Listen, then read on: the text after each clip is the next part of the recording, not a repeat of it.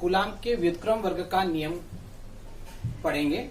हमने देखा कि दो आवेशों के मध्य या तो आकर्षण बल लगता है या प्रतिकर्षण बल लगता है।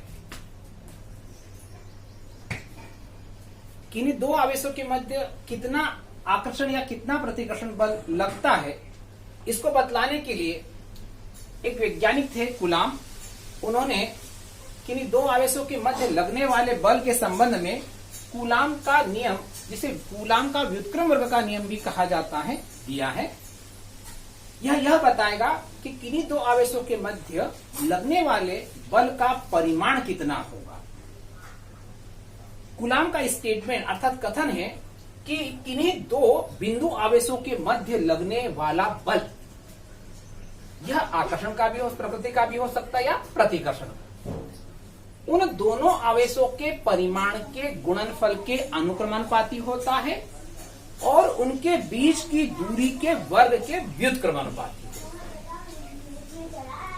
इस बल की दिशा उन दोनों आवेशों को मिलाने वाली रेखा के अनुदिश होती है। इसको हम इस प्रकार भी समझ सकते हैं कि माना मेरे पास दो बिंदु आवेश है Q1 और Q2।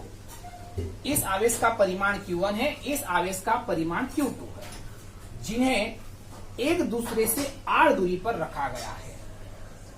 तब कूलाम कहता है कि इन दोनों आवेशों के मध्य लगने वाला बल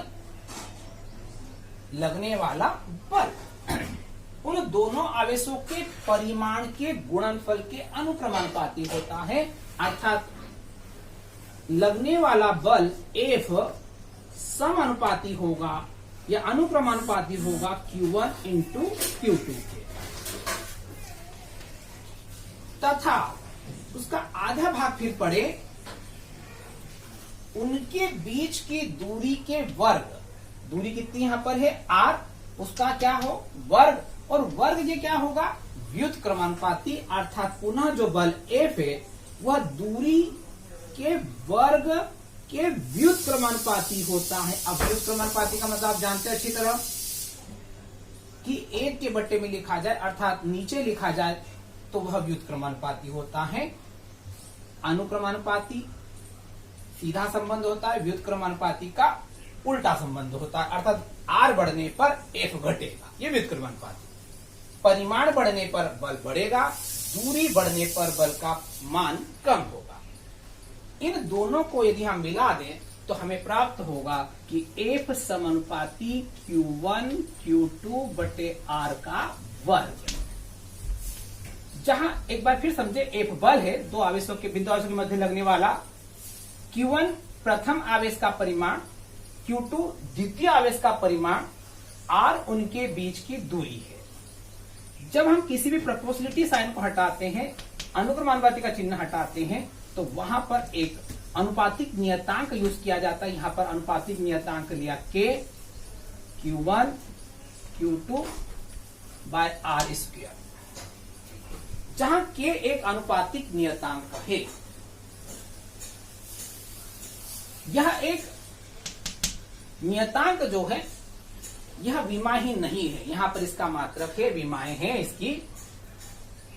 इसका मान एसआई पद्धति में K का जो मान निकल कर आया 1/4 पाई एप्सिलॉन नॉट, जहां एप्सिलॉन नॉट वायु या निर्वात में विद्युतशीलता है।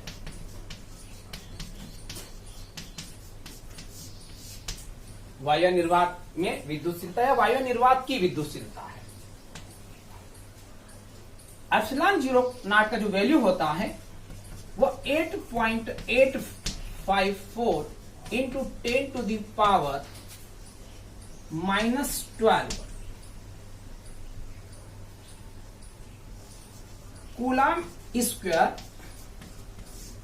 प्रति न्यूटन इंटू मीटर का वर्ग होता है। यदि एप्सिलॉन नॉट की वैल्यू यहां पर पुट कर दी जाए तो के की जो संख्यात्मक वैल्यू है वो क्या आएगी 1/4 एज इट इज, पाई का मान 3.14 और 8.854 10⁻⁻12। यदि हम इसको कैलकुलेट करके इसकी वैल्यू निकाले तो ये लगभग आती है 9 × 10⁹।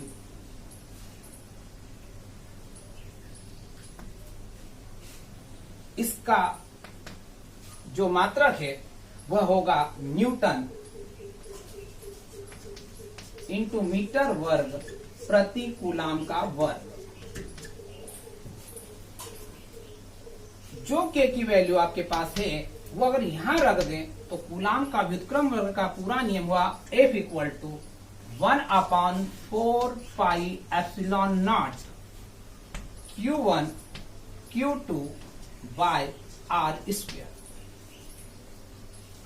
यदि हम दोनों आवेशों को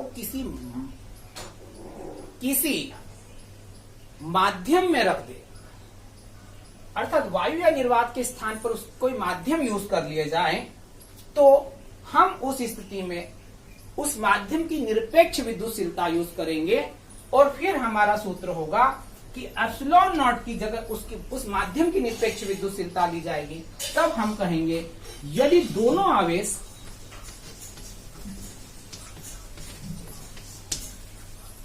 किसी माध्यम में हो, वायु निर्वात को छोड़कर,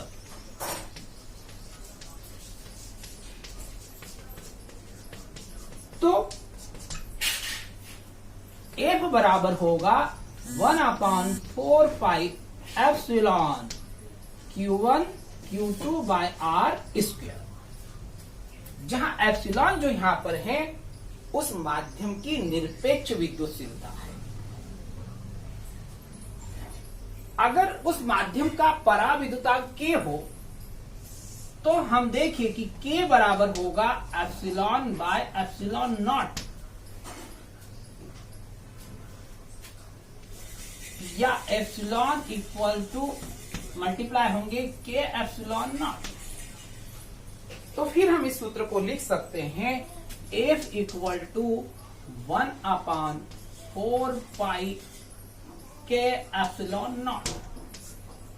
यहां जो K है वो स्मॉल K ले लें यदि हम, क्योंकि एक अनुपातिक नियतांक है, किंतु यहां जो हमने K यूज किया है वह कैपिटल K है जो कि उस माध्यम का पराविद्युतांक है। अतः किसी माध्यम में दो आवेशों के मध्य लगने वाला जो बल है वह F = 1/4 pi epsilon 0 K into Q1 Q2 by क्या हो जाएगा R²।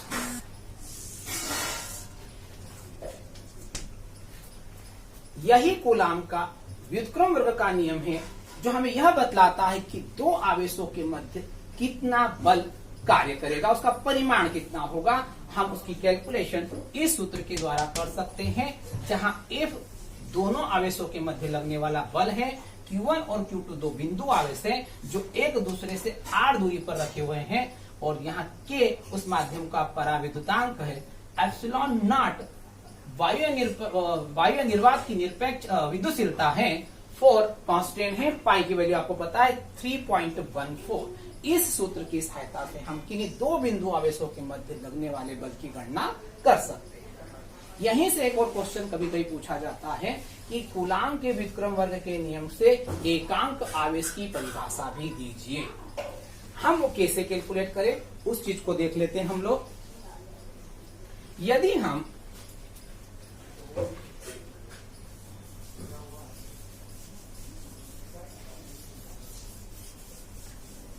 इन दोनों आवेशों का परिमाण समान ले लें, Q1 = Q2, दोनों का परिमाण Q = ले लिया, और दोनों आवेशों के बीच की दूरी R की वैल्यू 1 मीटर कर है, तथा उनके बीच जो लगने वाला बल है वो हमने मान लिया कि वह बल का जो परिमाण है वह F = 9 × 10⁹ न्यूटन है। तो इन सब चीजों को यदि हम यहां पर रखें तो हमें क्या प्राप्त होगा?